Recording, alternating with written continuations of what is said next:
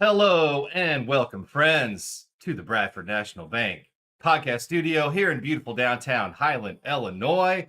This is the Highland Dirt Podcast. Let's do this. I'm your host, Kurt Vonder. Haar. How's everybody doing tonight? You doing good? I am doing fantastic. It's been a heck of a week, folks. We're in kind of a world of outlaws hangover here in Highland. We just had the largest crowd in track history. Look right up there with the Beat the Heat 40 last Wednesday night. And we've got three races left in the 2024 season. Hello to all of our friends watching out there live on social media via Facebook and YouTube. If you have any questions for us during the podcast, please put them in the comments and we'll do our best to get to them. We've got a great show for you tonight. The Magic Man, Mike McKinney, the big winner of the modified portion at the Beat the Heat 40. He'll join us in just a few minutes, and we're going to recap the big night last week with the World of Outlaws late models. The Highland Dirt Podcast is brought to you today by Jansen Auto Group. Hundreds of vehicles are available right now at gojansen.com with Jansen Ford a Breeze, Jansen Chrysler, Dodge, Jeep, Ram, and Carmi, and Jansen Chevrolet in Germantown. They have just the vehicle you're looking for. You can search their entire inventory at gojansen.com. That's go, JANSEN.com. Jansen Auto Group is proud to support local dirt track racing and world famous Highland Speedway. Well, one of the crazier weeks in my life. I can't believe it was a week ago today, actually. The World of Outlaws late models were here at Highland Speedway for the very first time. Great finish as far as the racing went. Brian Shirley with the big win in the late model portion. Pierce and Bruning rounded out the podium. We had Shepard, Dillard, Gustin, Klein, your local high finisher, in 7th place. Bronson, Fager, Herb Jr. rounded out your top 10. And I'm actually going to go ahead and bring on my co-host for the Highland Dirt Podcast. He just finished second in the Warrior Division in the 2024 season. He picked up another feature win a couple weeks ago to add to his trophy case. He's a dirt racing fanatic. He's a busy guy. Just got home from work. Had a good day at work, he told me. But it's Jacob Blumenstein. What's up, Jacob? Can you hear me? I can hear you now. How you doing, bud? Good. What's going on, Kurt? Doing good. You know, it's been a busy week. I know we should preface it with, Jacob, you were out of town for the Beat the Heat 40. You had to be in Texas for training. Yeah. I'm bummed I missed it. And I did everything I could to watch the feature in my hotel room. I had it turned on, and I wish I could say that Wednesday that I was learning everything I could about new products, but I did not. I spent about 7 hours outside at a Top Golf. I did get to play with a professional golfer though, but by the time I got back to my room, I was gassed. I fell asleep after like the third caution and didn't wake up till my alarm. Yep, that's what you told me. We were kind of staying in touch that day, but I know it just the timing didn't work out for you to be here, be in town for that race, but about 32 or 3,300 of your friends showed up at Highland Speedway that day, the biggest crowd. So I've replaced the sign. I used to have July 2023 Summer Nationals right here. Now it's been replaced. The Beat the Heat 40 is number 1 now. The biggest show in track history. I mean, what'd you think after watching it? I mean, we had the 4 wide with the flags. We had the fireworks. We had the killer national anthem singer. Katie did a great job. I just feel like, man, we hit it on a lot of high marks. Yeah, I did finally, believe it or not, yesterday was the first time I actually got to watch it start to end. And it was good. I was impressed with your fireworks show. The national anthem was good. I know that was one of the things we talked about. What helps make a good show, like you said, we know it's not Fairbury, but we do the best to replicate. And every year at Fairbury, a good national anthem goes a very long way. And I It really know does. the weather, I talked to several people. The weather was perfect. that goes a long way, and that helps get your crowd, because I know I've turned into a fair weather racer. If it's, you know, even this summer nationals, I'm like, it's going to be packed, it's going to be hot. I don't know if I want to sit through that. So good Yeah, weather makes it easy to want to go sit at the racetrack. it does. And the weather, man, it worked out great for us. I mean, I think by the time the sun went down, it was in the 70s there at the track. People were packed in. We had reserve seating, top 3 rows for the first time. That worked out great. We sold out pretty much all of our reserve seating. That was awesome. And I was kind of talking about the finish. You know, Shirley won here at Highland, ended up being Shirley's weekend, right? I mean, he Yeah, wins the next 2 nights. The next 2 nights. Rain out at Spoon River, but then wins the next 2 nights at Makokata. Pierce and Bruning rounded out the podium. I still think Pierce had a chance there at the end. He kind of got blocked a little bit by some lap traffic that he was trying to get around. I think we could have maybe seen a Pierce slide job on the last lap. I was hoping to see that. It didn't end up happening. Shirley ran a clean race. But, you know, Shepard, Dillard, Gustin, I said Klein. Darren Klein was your high local finisher at 7th place. Bronson, Fager, Herb Jr. I mean, just some of the biggest names there with the Outlaws.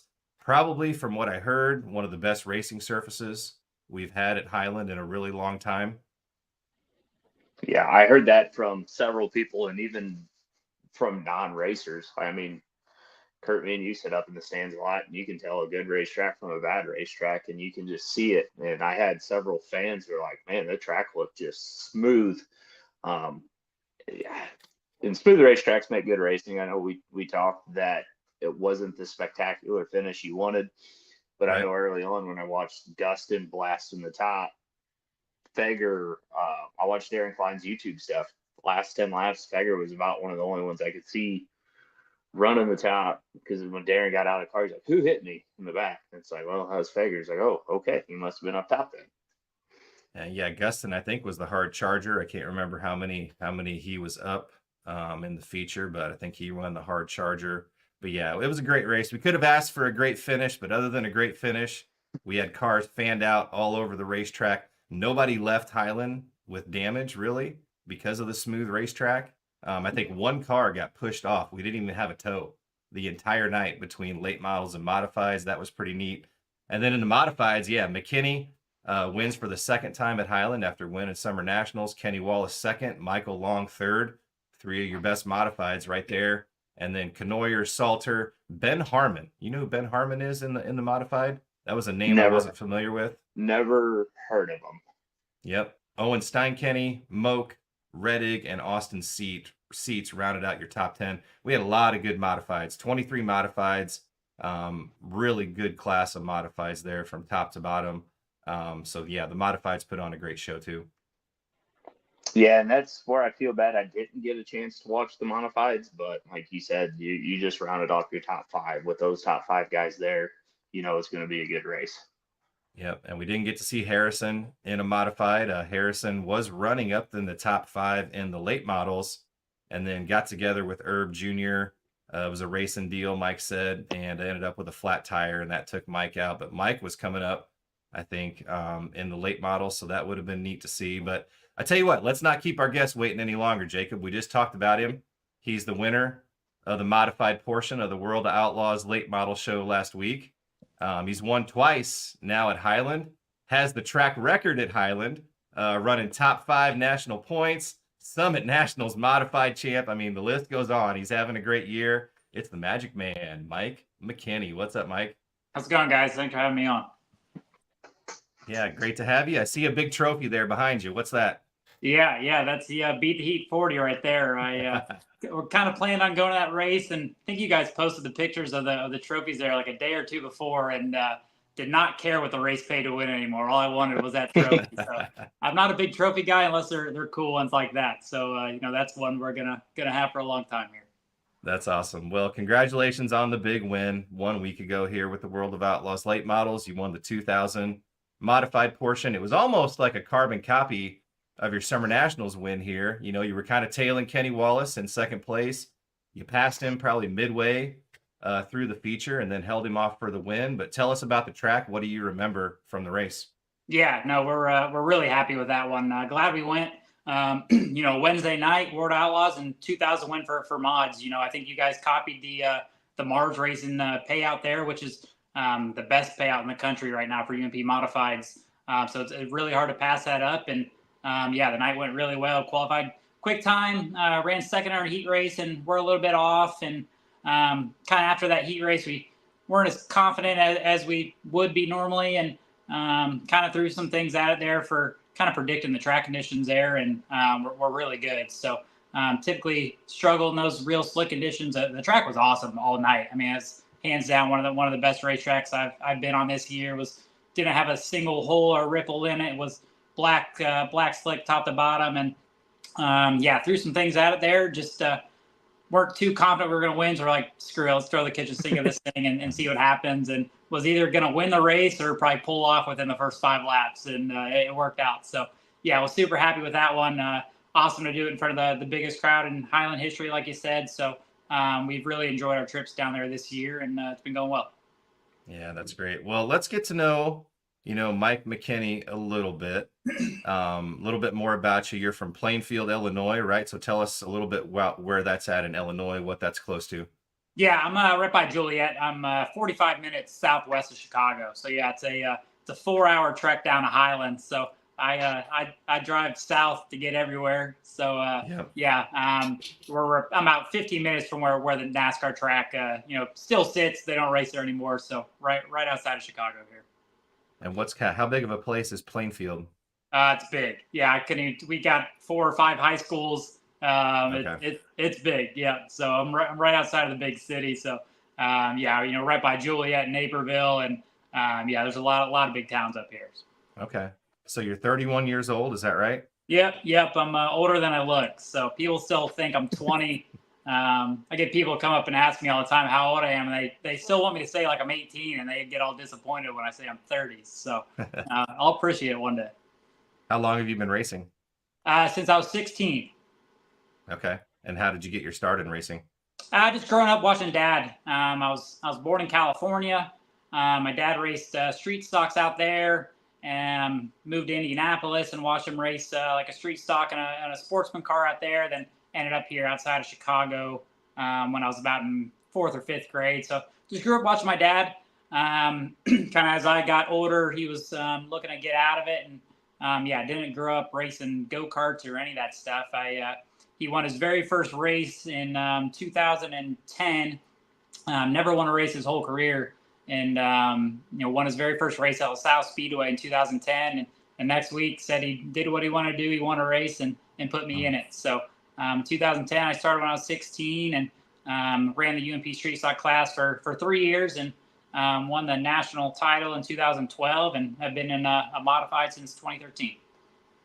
Okay. I don't think a lot of people knew that, you came up because, your home track is Kankakee. Is that correct? Yeah. Yep. So I know you race a lot up there. We do keep track of what goes on up north too, but so street stocks, man, national championship in 2012. So into modifieds now. So you've been racing modifieds now, I guess, for almost 10 years. Yeah, a while. So it's gone by pretty quick. So what about outside of racing? Do you have a job outside of racing? What's Mike McKinney's real life like, 5 days out of the week? Yeah, I work for Longhorn Chassis. I handle all the modified tech support. Okay. So I'm able to work remote from here, and allows me to race a lot. So I'm kind of on the phone with the customers all day, and get to the shop when I can. I was just there a few weeks ago. So talk to all the modified customers and help develop that program. And I'm in really tight with those guys, and it allows me to race go race a whole bunch and travel. So it's a pretty good deal. Then I'm pretty fortunate to be tied into racing pretty much full time. So don't have too many hobbies outside of it. Big Pittsburgh sports fan, and follow that when the teams are playing. But other than that, it's pretty much full bore racing. How long have you been working for Longhorn?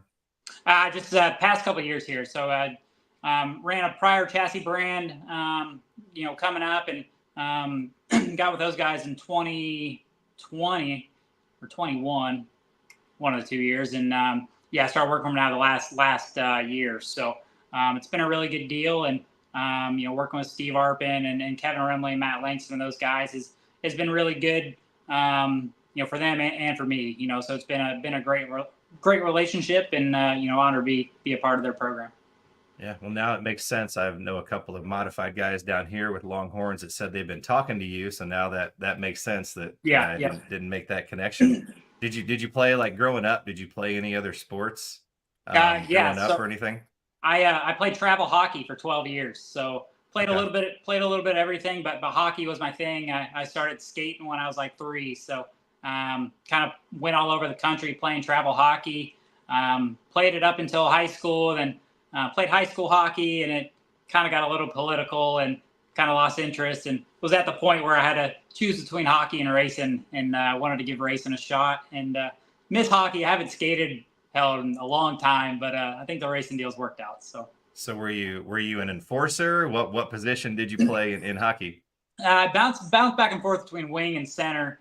I like to think I was pretty good. I kind of, looking back, would like to see how far I could have taken it. I'm a Pittsburgh Penguin guy, so yeah, I'm gonna say I was just like Sidney Crosby out there growing up. So Gotcha. So one more question on your background. Where'd the number 96 come from? So that's my dad ran that number, and he had a buddy, I believe. He had a buddy that got him into racing when we were out in California, and I'm pretty sure that was his number. So my dad just kind of ran with that. Then, that's been my number through hockey and every sport I ever played. So 96 has kind of become the family number, since I've been born. So.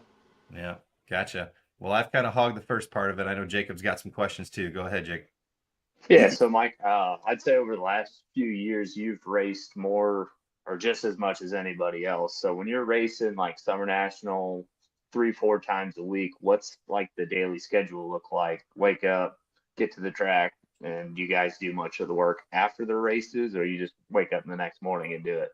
Yeah, no, to be honest, it sucks. It's typically like 110 degrees out. This summer it was miserable. It really just kind of depends how the night went before, right? You just if you tore a bunch of stuff up that night, you might want to fix some of it that night and just kind of finish it up. But there's a lot of guys that they'll work on everything that night, kind of when at nighttime when the sun's not out, and it makes it nice. But we're typically so dang tired, we just want to load up and get the heck out of there and get on the road. And typically wake up pretty good. My dad wakes up at 4 or 5 a.m. So he's a get up early guy. So yeah, we typically just load up, get on the road, head to the next one, and do the work in the morning. So it's a lot of work, but luckily this summer we really didn't tear too much up. And once you get in a good rhythm, things get a little bit easier. And when you're running good, like we were fortunately able to, it makes it a lot easier to wake up in the morning and do it all over again. And then do you guys have a trailer you're able to sleep in, or are you staying in a hotel room every night of the week? Yeah. So we have a 44-foot gooseneck trailer, and the front half of it is a living quarter. So we don't roll around a big toter or nothing, but it's only ever just me and my dad staying in there. So we got everything we need, and it's worked out pretty well. Gotcha. Then is it mainly you and your dad, or do you get some extra help here and there? Yeah. So here in the garage is just me and my dad, and I have one buddy who lives down in the Springfield area, and he'll kind of come to the races he can. But as far as the work through the week and driving the truck, it's just me and my dad. So my mom gets to come to a handful of them when she can. We're typically gone before she gets home from work on a Friday or days leading up to that. So most of it's just me and my dad. I don't have there's a lot of guys that bring buddies and stuff to the racetrack. I don't have any friends out here, to be honest. I don't talk to anyone I went to high school with. All my friends are racers. So, nobody really lives by me that I know. So, it's just me and my dad. He's the only guy I got. And, but he's the only guy I would want. He's a big key to all my success, and I couldn't do it without him for sure. So I follow a lot of the late model and modified guys, and I know you ran the street stocks, and hate to say it, fortunately, I heard of you back in your street stock days. You had a very nasty crash that the pictures went viral. So, like I said, that's how I've come to hear of you back in the day. Yeah, no, I had a couple big street stock moments. I did a lot of video stuff back then too, which I need to get back up on. But yeah, I had a guy drive me through a wall. That one kind of viral. Then flipped like 6 or 7 times at Kankakee, and yeah, those pictures went pretty big. So um, didn't go viral for the right reasons, but it's all worked out in the end here, I think. So you went flipping down front stretch, back stretch. What happened? What Yeah, happened at yeah. Kankakee? Yeah, the front stretch, and they've made the track smaller here within the last 3 or 4 years. So Kankakee used to be a little bit bigger. Yeah, I mean, it was really fast, and it was definitely the fastest track we raced at. And was coming off four, going down the front stretch, and broke left rear lower control arm, and that swooped the whole car sideways, and I went barrel rolling side to side like 5 or 6 times. And I think I have a video on YouTube of that at in-car, and there were some pictures of me flying through the air. So that was like late in the year in 2012 when we were chasing that national title. So I just destroyed this race car. We're trying to win this national title within the last couple weeks. And yeah, I think we took a week off to fix everything. Then our first race back when I was racing street stocks, I didn't really race Fairbury a ton. My home track was LaSalle Speedway, which is just 45 minutes down the road. So yeah, took a week off, fixed everything up, and went to Fairbury. And won the first night back out, and that was my first ever win at Fairbury, and was able to wrap up that national title. So it all happened within like a couple weeks span there. So wow. Yeah, it was pretty eventful. Well, you paid the price, and then you kept plugging away, and it paid off for you. It sounds like, and this year, in the Modified Nationals Hell Tour, 8 wins on the Hell Tour in the Modified Nationals, including the one here at Highland on June 29th. You really broke through this year. So what kind of changed with your racing program? What would you say, stepped up your success, or was parts of your success this season? Yeah, we just have had a really good race car. I think a lot of people would say we've had a great year, but I kind of hold myself to a pretty high standard and just know we could get better in certain areas. So kind of in this latter half of the season here, we just got to work, and I'm really big on just having a balanced race car. So I know when my car's balanced, I have traction, it can turn, it does everything I need it to do. So just been fine tuning on some things to get everything where I like it, and have, really, I think, hit on a pretty good package here within this latter half of the year. Then, have had really good success at Highland this year, and just took me showing up again to kind of get good at it. I raced there once in 2018, and that was my first time ever there. And every new racetrack you go to, you kind of get a first opinion of whether you're going to be back or not pretty quick. And I decided in 18 at Highland, I'm like, yeah, I ain't going to come back. So, they had the Mars races. Do you remember? So, we tell truths here on the Highland Dirt podcast. What happened in 2018? Yeah, it was just it was the Summer National race, and I was chasing Summer Nationals that year as well.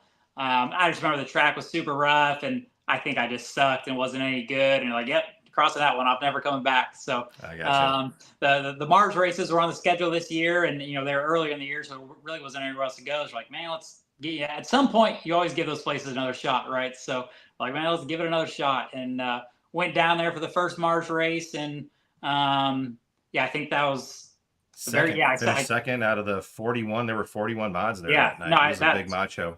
That first night, I'm pretty sure was the night I broke Harrison's track record, which is cool. Yep. And ran second to Michael there. They're like, man, this place ain't too bad. And then had another Mars race and came back, and we're good, and ran third behind Michael and Bollinger.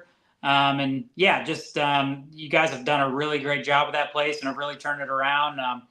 The fans there are awesome. Just you guys with the marketing do a really great job. And came back to the Hell Tour race, and were able to win that, and then win there last week. So Highland's definitely a high track on my list now, and don't think we'll be able to make it back this year. I'm not sure what's on your guys' schedule, but won't be scared to come back next year and years leading up for sure.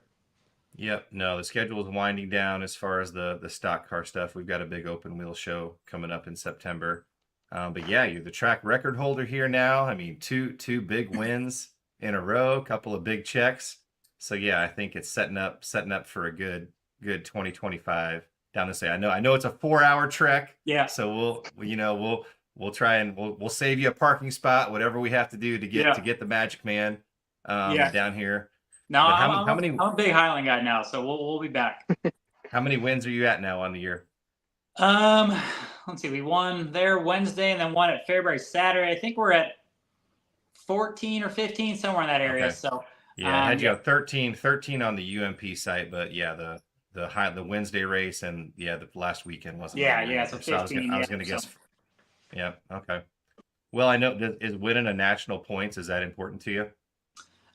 Yes and no. It's just that deal every year. We just run our races and kind of see where we end up. Obviously I kind of let it there throughout the summer, then knew at one point there with the year Michael's been having that he'd kind of take it over. Now Casey Burdett's in the picture. He's been winning a ton of races out in Ohio, West Virginia, I guess. So we run the same amount of 40, 50, 60 races a year, kind of regardless. And if it shakes out, it shakes out, but that'd definitely be something I'd like to say I accomplished one day. I don't care to be a 10-time national champion like Harrison and those guys. I would like to do it once and just say I was able to do it. So if it works out this year, it works out. If it don't, we'll keep going. So are you a guy that at the end of the season you'd be showing up Sunday nights at Quincy and you'd be, chasing every point you could at the end of the season, looking at other guys scheduled? Oh, Long's not racing. Okay, I'm going. Or would you be that kind of guy?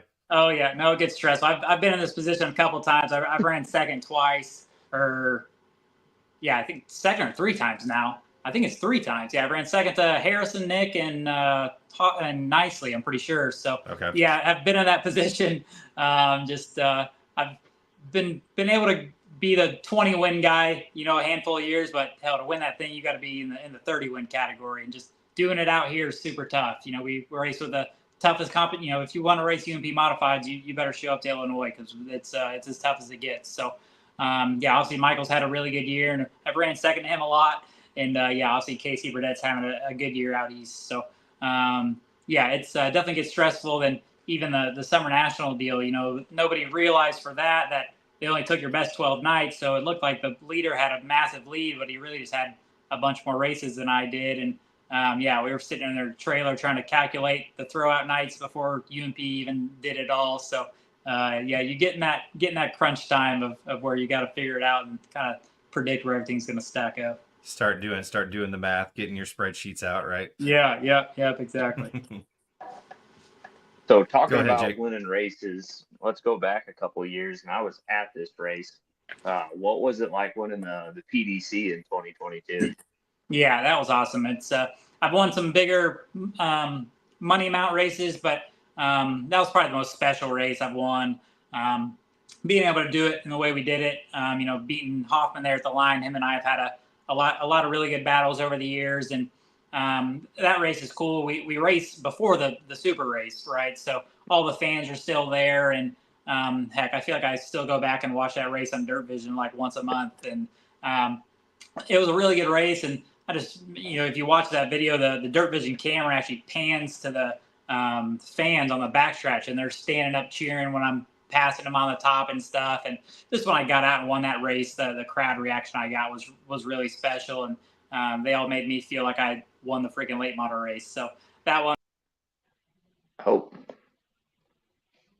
Looks like we lost Mike. We'll hang tight here for a little bit. So what do you remember from that PDC feature in 2022, Jake? I remember Hoffman had, I would say, a sizable lead, and I can't remember if there was a caution or not, but yeah, McKinney was just railing the top, and ended up tearing the deck out, or what? Yeah, and like I said, I was on my feet.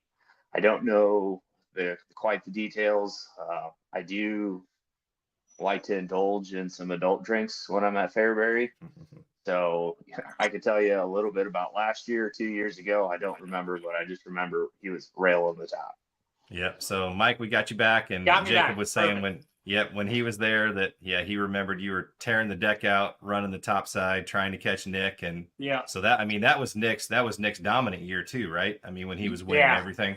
Yeah, that was the year he won pretty much every summer national race. So he was the talk of the summer. Then obviously Nick and I have a long history together. We've been friends forever and was in his cars for a long time. So yeah, he was at the top of our sport there for those span of years. So to be it was a very small list of guys that beat him that year. So to win the biggest race in Illinois that year, doing it against him was pretty big. So. Yep. How'd you do up in the 100,000 to win race? Yeah, so we weren't too bad. Trying to remember, we ran a weird format, but we ran second in our heat race, had some passing point stuff, and made the prelim feature that night, which a lot of guys didn't even make a prelim feature. And we were running 8th, I think, with a handful of laps to go in our prelim night, and got a flat tire. So weren't able to finish our prelim night, and that buried me in a B main on Saturday, and weren't able to make it out of that. But we're kind of doing the math and stuff, and I think if I would have finished where I was running in my prelim night, it would have locked me into the show. So yeah, just kind of had some bad luck there. But that was a super cool event. I always kind of like at least once a year getting out and doing something totally out of my comfort zone and doing something different. So that was a cool event, and I'm sure we'll be back next year. What about like Volusia? Would you ever go down and run modifieds at Volusia or anything like that? Yeah, we've gone probably about 4 or 5 times now. So went this year and have ran second a bunch there, but have never won. So the format's a little different now. They do the everybody runs a feature thing deal. Not really a big fan of that, but it's a fun trip. It's expensive, but there's nothing else going on in February. But yeah, I like going down there, and it's typically the toughest modified field you'll find all year. There's 100 of us down there from everywhere, every spot in the country. So it's a pretty fun event. Yep. So looking at your car behind you, are you the car owner? Yeah. Me and my parents, and then Longhorn helps us out quite a bit. So yeah, we're a family-owned team, and fortunate to have some good sponsors that help along the way. But majority of it kind of comes from the family here. Yeah. How hard is it to get kind of up and down the road? I mean, with the cost of equipment nowadays, like you said, you were really fortunate this summer. You said you really didn't tear anything up running up and down the road, but is it hard week to week with the payouts? Yeah, it's not getting any easier, that's for sure. But if you can string together a good season, right, and win some races, it kind of helps. We kind of race off of our winnings, and like I said, if you're having a good year, it definitely makes it easier. But yeah, the cost of tires are up, fuel, and about every part you can imagine is up. So it's tough, but to make it in this sport, you got to be aligned with some really good people that help you do that and help you accomplish your goals throughout the year. So like I said, we're fortunate to be lined up with some good people, and I've had some good success, throughout my whole career that kind of keeps us going. Yeah. And, we try and have really good relationships with our sponsors at the racetrack level. I handle that part for Highland Speedway, but talk about it, as a race car driver, how important it is to have good relationships, strong relationships with your sponsors. Yeah. I mean, like I said, the relationships in this sport are the whole thing. It's everything. When I started off when I was 16, I didn't know a single soul in this sport, and just been fortunate to meet a bunch of people along the way. Like I said, whether it's people that are, going to give you money and sponsor you and help you get up and down the road, or like I said, people like Longhorn, that help get you cars, and every person you meet's, got the possibility to help you some way or another. So that's always the biggest thing is being close to those people that support you, and even people give you a ride, get you a late model ride one day. This whole sport is about relationships, and that's the biggest thing I preach to kind of some of the younger kids and stuff is being good to those people, because you never know where they're going to take you. Yep. I think you're one of the best as far as when and you're in victory lane a lot, right? But you're really good at rattling off all your sponsors. It sounds like if you're not practicing, which is something I think a lot of people don't realize. Get ready for that moment, because you need to be ready in victory lane. It seems like you're always prepared as far as that goes. But yeah, it's so important to have tight relationships and just take care of those people. Call them, send them a picture of you in victory lane, little things like that. They appreciate stuff like that. Yep, 100%. Yeah, no, it's most of the time they're doing more for us than we're truly doing for them. So yeah, it's greatly appreciated, and a lot of the people that support me have been with me throughout majority of my career. So but yeah, we're kind of fortunate to meet some more people every year, and get them involved in our program, and help us continue our journey. So from the comment section, Rusty Griffaw, the Festus Flash. This will be good. If you want to win a modified race, you either have to have an elite or be named Mike. He's currently considering changing his name to Mike Griffaw. Yeah, no, the mics have been good. Yeah, Harrison Long, myself, there's Ledford. There's a lot of good mics out there. So it's been a good span of years to be named Mike for sure. Yep, that's true. So I noticed it's been on your car for several years and your fire suit. So for the audience, explain the sticker then on top of your car, and what's the backstory behind it? Oh, on the roof there? Yeah. Yeah, so just kind of needed like a logo to kind of be associated with my name there a little bit, and throw on shirts and that kind of stuff. And it's actually kind of ripped it off. There was an old video game when I was a kid called Freak Style. It was an old dirt bike video game. So it's that logo from that video game, but it's kind of tweaked a little bit. No one really notices it until I say it, but the eyes on it, if you actually look, are a 9 and a 6. So kind of tweaked it to kind of get tied in with me, and just something as a kid I always thought looked cool, and kind of needed something to be kind of attached to my name a little bit to just throw on some things here and there. And that's what I've been rocking with. And yeah, it seems like a lot of people like it. I just think it looks cool. So. Well, who were some, growing up, Mike, who were some drivers that might have influenced you kind of maybe here in Illinois that you watched growing up, or that you were trying to be like?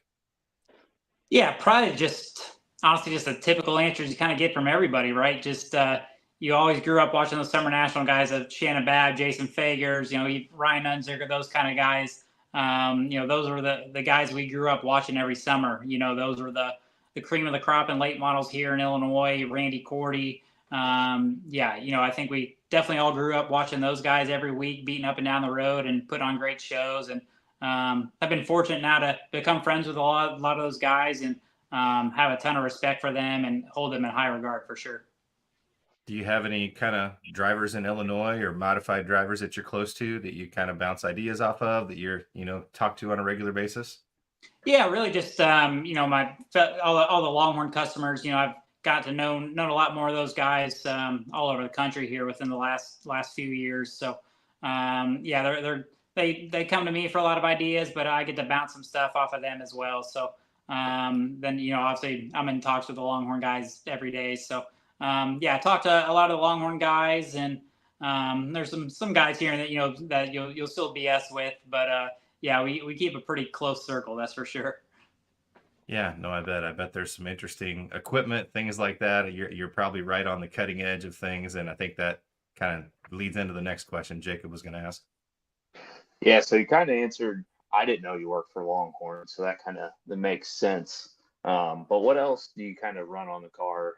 Rear end, engine. I'm assuming since you're a Longhorn, you're running Blumensteins, but just tell us a little bit more about the car.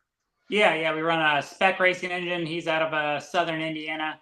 I've gotten partnered up with him here about 2 years ago, and have had a lot of success with him. And Blumenstein shocks, and I've actually been with Blumenstein my entire career since I've been racing street stock. So every race car I've ever owned, it's had Blumenstein shocks on it, which has really worked out with this Longhorn deal. And we're have a lot of parts on here from Weir's Machine, FK rod ends, run iBox springs. It's a winner's rear end, a dynamic driveline drive shaft.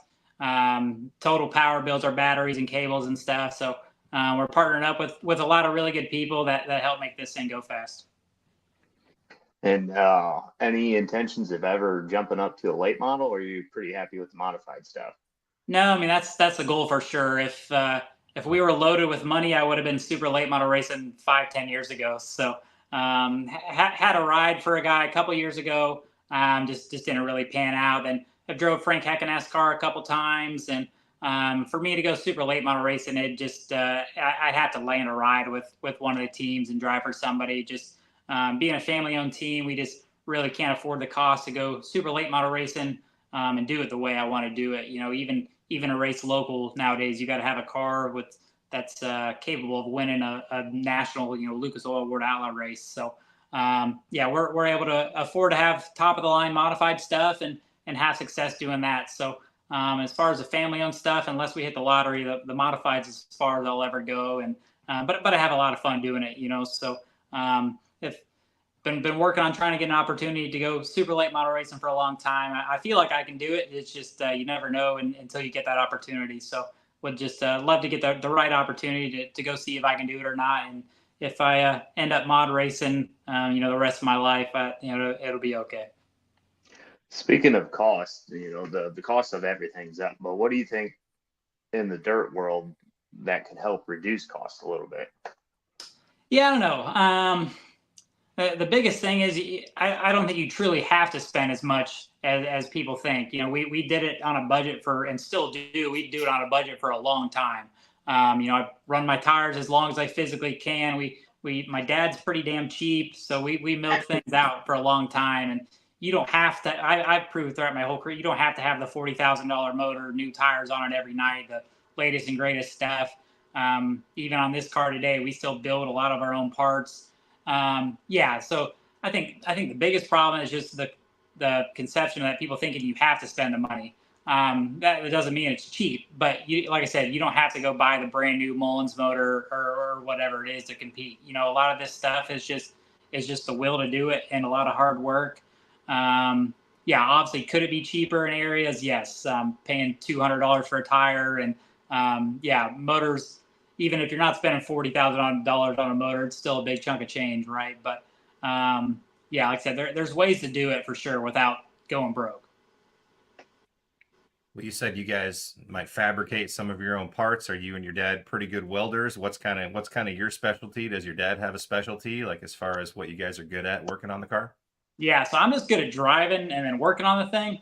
My dad's a fabricator, so he's an airline guy. So he's worked in the airline industry his whole life, and he can build a 747 in the driveway here. He's a really good fabricator. As my street stocks, we build all of ourselves, and we build a lot of our own parts, upper control arms, and damn near anything. So there's nothing that my dad can't build, and like I said, that saves us a lot of money in the long run, and build a lot of our own shocks and stuff like that. So, but obviously not everybody has the capability to do that kind of stuff. But just like I said, real fortunate to have my dad, and he's damn near able to do anything. So that's great. So we talked a little bit about it, but do you have some goals that you want to accomplish? You mentioned late model racing. That'd be great. What about maybe in the mod world? Is there any race that you want to win, or maybe a race in the late models that you'd like to, be in at some point?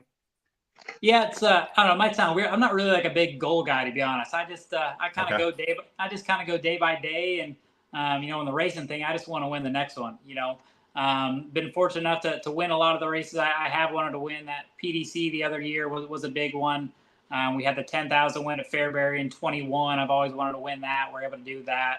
I kind of take everything day by day, and it doesn't matter if we're racing on Friday, a local show for 1,000 win. I'm focused on that one and want to win that, and we'll worry about Saturday on Saturday, But as far as the late model stuff, I've won the Prairie Dirt Classic in a modified. It'd be a dream of mine to do it in a late model as well. I think that'd be really cool. Yeah. So it sounds like you're a plan A guy. You like to stick to plan A. There's not really a plan B for you. You're going to stick with plan A and stick with it and make it happen. Yeah, no, it's, I don't know. I feel like if you start looking too far into things, sure, it's probably smart, but then you get yourself worried and kind of overlook the things that are happening right in front of you. So, I like to focus on today and what's in front of me. And, like I said, just kind of take every day, day by day. So I had to think a little bit. We all heard the tragic news about Scott Bloomquist, and I kind of had to do some digging and remembering. But during COVID, iRacing got super popular. Didn't you help Bloomquist get set up with an iRacing rig? Yeah, yep. So I've at that time, Cody Summer was kind of managing that team, and I've known Cody since I was a teenager. So went to Scott's shop for a weekend there, and really was just there to hang out and screw around. And we helped Scott out with the iRacing stuff. I've been doing the sim racing thing since I was a kid. So, obviously cherish a lot of memories from that weekend now. I still really haven't processed Scott not being here anymore. He's always this a mortal figure, right, that you never thought would ever leave. And still don't really believe that he's gone. It's crazy to think about. He was the superhero that nothing was ever supposed to happen to. But I was at a shop there for a weekend, and saw where his original shop, where he used to live, saw all his airplanes, and Scott was a different character. But a lot of people say that and think it kind of comes off in a bad way, but it's not the case at all. He's just super unique. I mean, he's a great guy. Just if you think about things one way, he thought about it a different way, And most of the times, the way he still thought about it was correct. He just went about it in a different light, So, I got to know Scott some more ever since that weekend, and really terrible news here this past week. And like I said, still haven't really processed it yet, and I don't think a lot of people have. But cherish a lot of memories, from just that small weekend I was there for sure.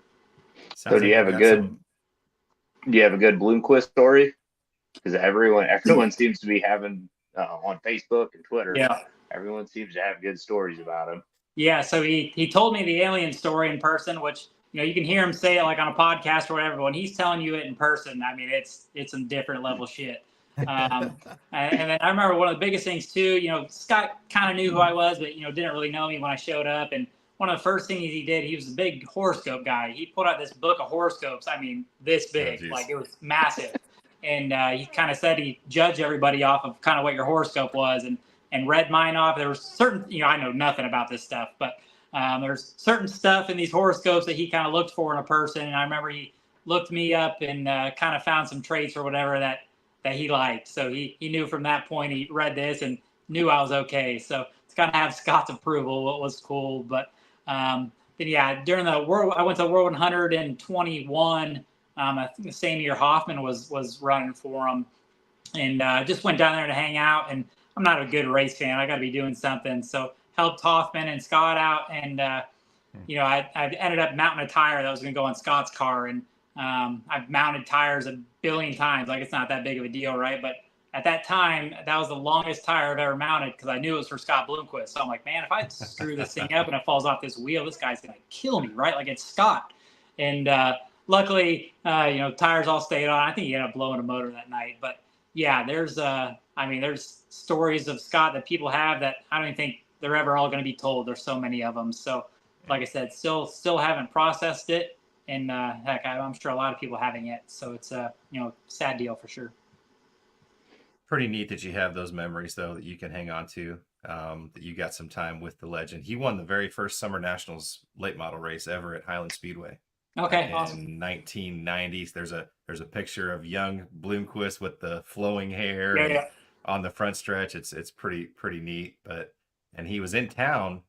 When was that, Jacob? 2 years ago, he stopped at Blue Springs Cafe and somebody spotted him. Do you remember that? Yeah, I think it was 2 years ago, and I know Brady Bacon, the big open wheel guy. I know he's ate there as well.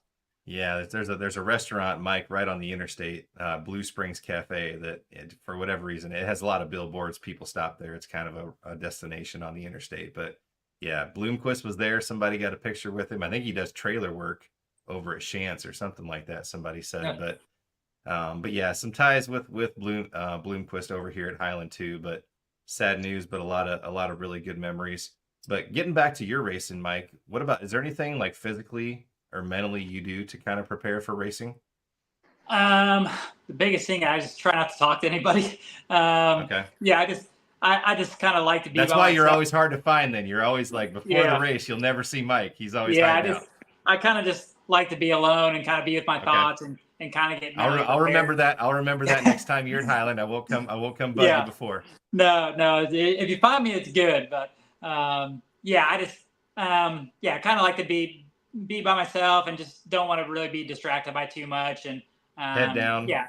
There is a mental aspect to this stuff. It's nothing crazy, we're not going to war or nothing, but it's kind of what helps me out and just kind of keeps me focused and keeps me in line with the mission at hand. So. Yep. What about like, do you do anything to shake off bad nights at the track? Is there anything, any maybe superstitions, anything that you have, pre-race No, rituals? no superstitions. I'm just, I'm not like a can't eat chicken or like no green guy. I'm not that weird, but I'm Okay. just like super OCD, like just a big routine guy, right? Like if the truck and trailer are parked crooked, like I'm instantly pissed off. I got to Okay. put my shoes and gloves on and everything in a certain way. So yeah, I don't know if it's necessarily a superstition thing, but it's just super OCD. So I got to have everything perfect. Like I said, pulling a gate and it'll take us an hour to park the truck and trailer because if it isn't straight, I'm not going to be happy. If we roll the pit box out and it's crooked, I'm going to be pissed off. So yeah, just super OCD on a lot of things, and yeah, that's about the extent And of you all like that. But everything in straight lines, yeah, everything.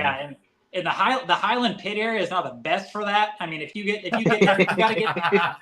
I realize there's only so much room, and you got to get there You're early. in, If you're stuck in the back alley, you are screwed. So you got to get you're there going to be at an early. angle. You're going to be at an Yeah, angle for sure. And then yeah. the You don't want line to get.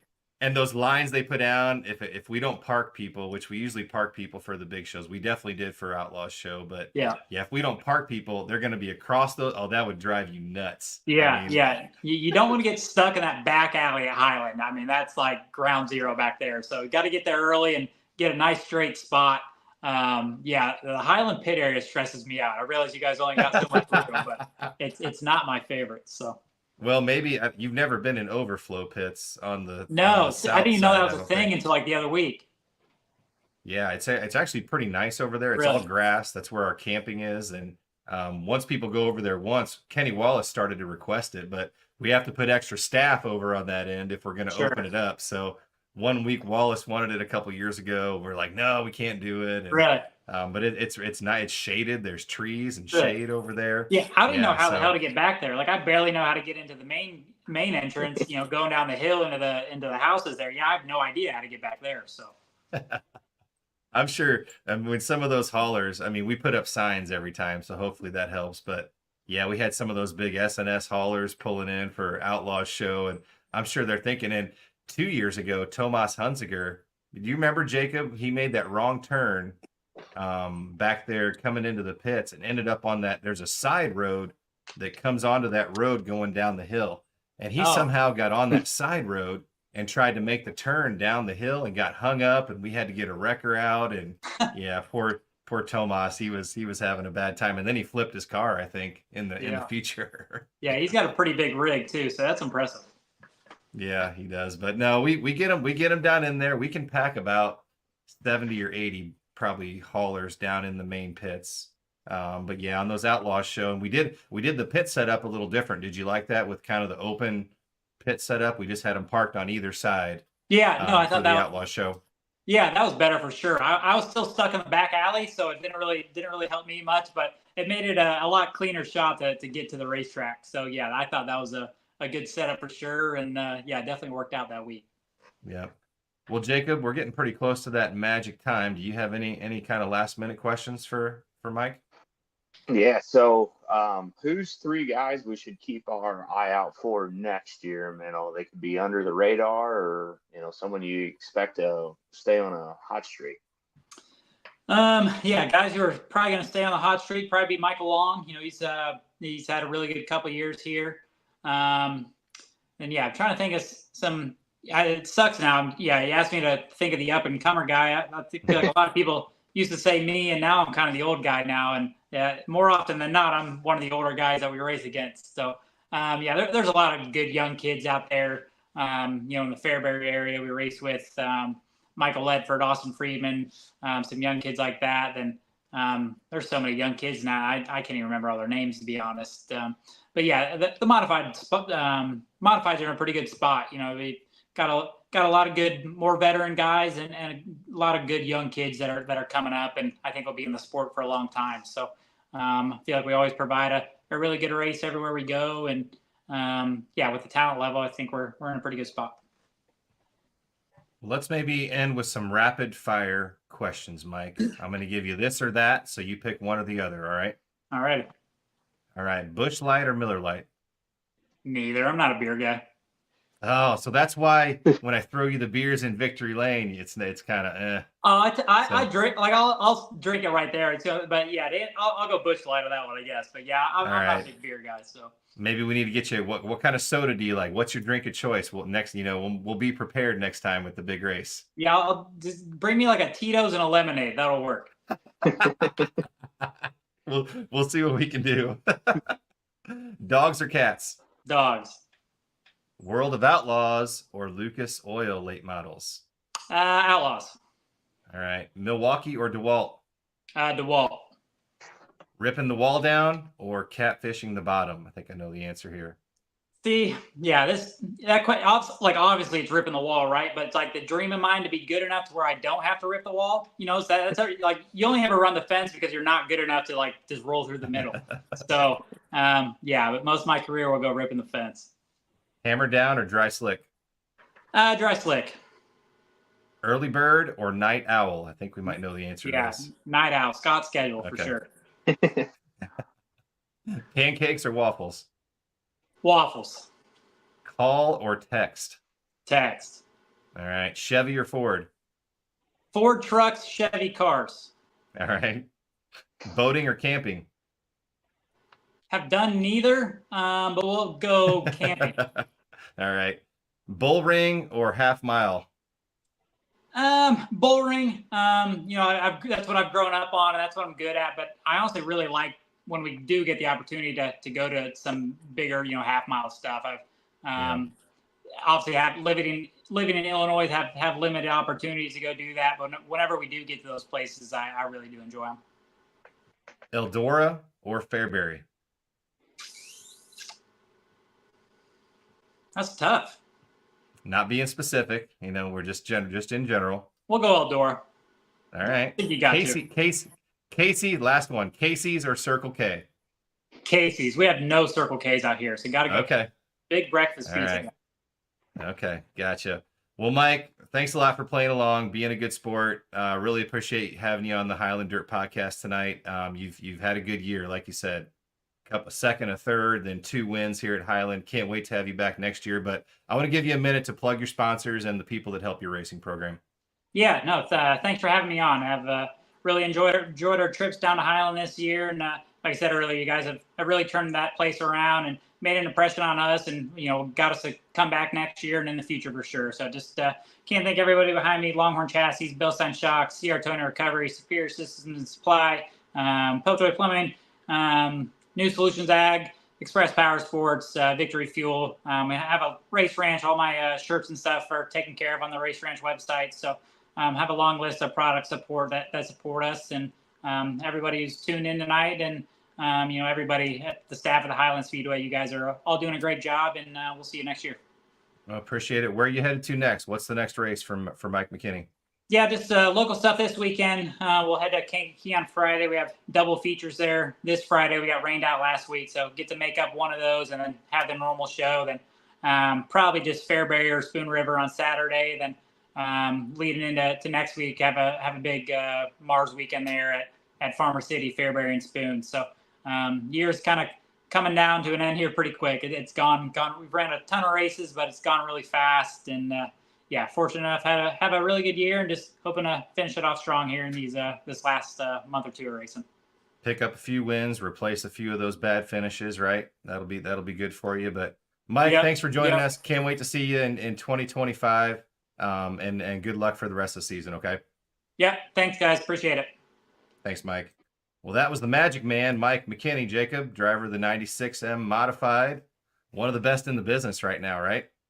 Right. Yeah. He's he's probably wishing Michael Long didn't show up to the races he's at, because I think most of those guys run one and two a lot. And I think it was the Mars or Lucas Oil show at Farmer City where Long pulled off the last lap pass coming out of 4 to beat McKinney.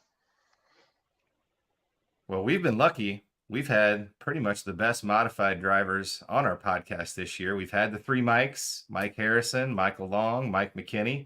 I'd say we're doing pretty good in the old modified department. Yeah, we're getting quite the guests on here, and that's thanks to you, Kurt. Yeah, it's been a lot of fun. So we got some more good guests on tap, but let's look ahead a little bit. What we've got left at Highland was this Saturday. We got super late models. They're back along with our regular program, pro modifieds, modifieds, factory stocks. Then we got the vintage cars are back. We're off the following week, and then back September 7th. That's championship night across all the 4 regular divisions, including super late models. And then we wrap up the regular season racing program with the first ever only open wheel show, the Great Wide Open. So what do you think about the first only open wheel show at Highland? I'm excited. I'm a big sprint car guy. Once or twice a year, Yep. they put on a sweet show at Highland. I love seeing sprint cars on a small track. The midgets, I was blown away on how fast those things actually are. I think me and you were sitting next to each other last year, and I think it was Taylor Reimer. I mean, in turn 2. Oh man. Yeah. And she's just completely sideways way before she backing it into the turn. I mean, it's crazy how quickly they're on that turn. I mean, before they're even past the tractor tire, she was already backwards. Yeah, and I know they wish the bottom would have slowed down, but with those things, I love Slide Job City. Give them the whole top, and I mean, we've seen a bunch of them in the micros. I mean, they've been good too. Hopefully, with the sprint cars, the bigger tire stuff, the track's going to widen out, and those things when they're running the top too. You know, they're fun to watch anytime, but I just love seeing cars up top. Yep. So the Extreme Outlaw Midgets, the MOA 410 wing sprints, and the micro sprints, the 600cc winged outlaw micro sprints. So all 3 be running. Should be a great show. I know we've got a couple of guys, I think, going for the triple. I know Zach Dom, when I talked to him last, it's probably been a couple months ago, but he said he plans to run all 3. I think Tyler Robbins said if he can find enough trailer space, he's going to run all 3. So I think we'll see some guys maybe go for that, which would be kind of cool. But yeah, 3 races left. And then we got the 24-hour race, the Laps for Leaps, on September 27th, I believe, on the Friday. So the 24-hour race, that's a cool one too. So yeah, 4 races left on the schedule, and then we're calling it wraps on the 2024 season. It's went by pretty fast. It has. You know, you always get excited for the first race, and it kind of feels like it was 2 weeks ago. But I'm excited for the rest of the year. We got next 2 nights. We got late models, the midget show, and we did our interview with Tracy tonight for the 24-hour race. So okay. That's one thing I think a lot more people should get excited for it, because it is an awesome event. Yeah, it is. Raised a ton of money for kids in the area that are affected by cancer and their families. So great organization. Leaps of Love, the Laps for Leaps is the name of the 24-hour race. So if you want to get involved, go to the Leaps of Love Facebook page. You can find out lots more information about the race there. Well, Jacob, thanks for being my co-host again. Tell people where they can find you most days. Jansen Chevrolet. We're located in Germantown. We're a strictly Chevy store, but we do have a Chrysler dealership in Carmine, Illinois, and a Ford dealership in Breeze. And I can sell you anything off of those 3 lots. Yep. And I'll remind everybody, the Highland Dirt Podcast is brought to you today by our friends at Jansen Auto Group. Like you said, hundreds of vehicles are available right now at gojansen.com with Jansen Ford Breeze, Jansen Chrysler, Dodge, Jeep, Ram, and Carmi, and Jansen Chevrolet in Germantown, where you can find Jacob. They have just the vehicle you're looking for. You can search their entire inventory at gojansen.com. That's go, JANSEN.com. Find a vehicle, then call Jacob up and let him take care of you. He'll take good care of you. And Jansen Auto Group is proud to support local dirt track racing and world famous Highland Speedway. Well, Jacob, we got 16 episodes under our belt. Been a fun season so far. We're getting pretty close to the end, but we're going to keep this going. You know what that music means. We got some good guests coming up still, guys, so we're not going anywhere. And make sure you follow Highland Speedway and the Highland Dirt Podcast on all the socials, Facebook, YouTube, X, and TikTok. You can download this episode where you find all your favorite podcasts, Spotify, Apple, and Google Podcasts. Make sure you leave us a 5-star review. And I'm Kurt Vonder, your host of the Highland Dirt Podcast, for my co-host Jacob Blumenstein. Thanks for joining us tonight. And remember, folks, whether it's Peevely, the Brownstown Bull Ring, Tri-City, Belle Claire coming up, Highland Speedway, or your home track, get out there and support your local dirt track, would you? We'll see you guys next time.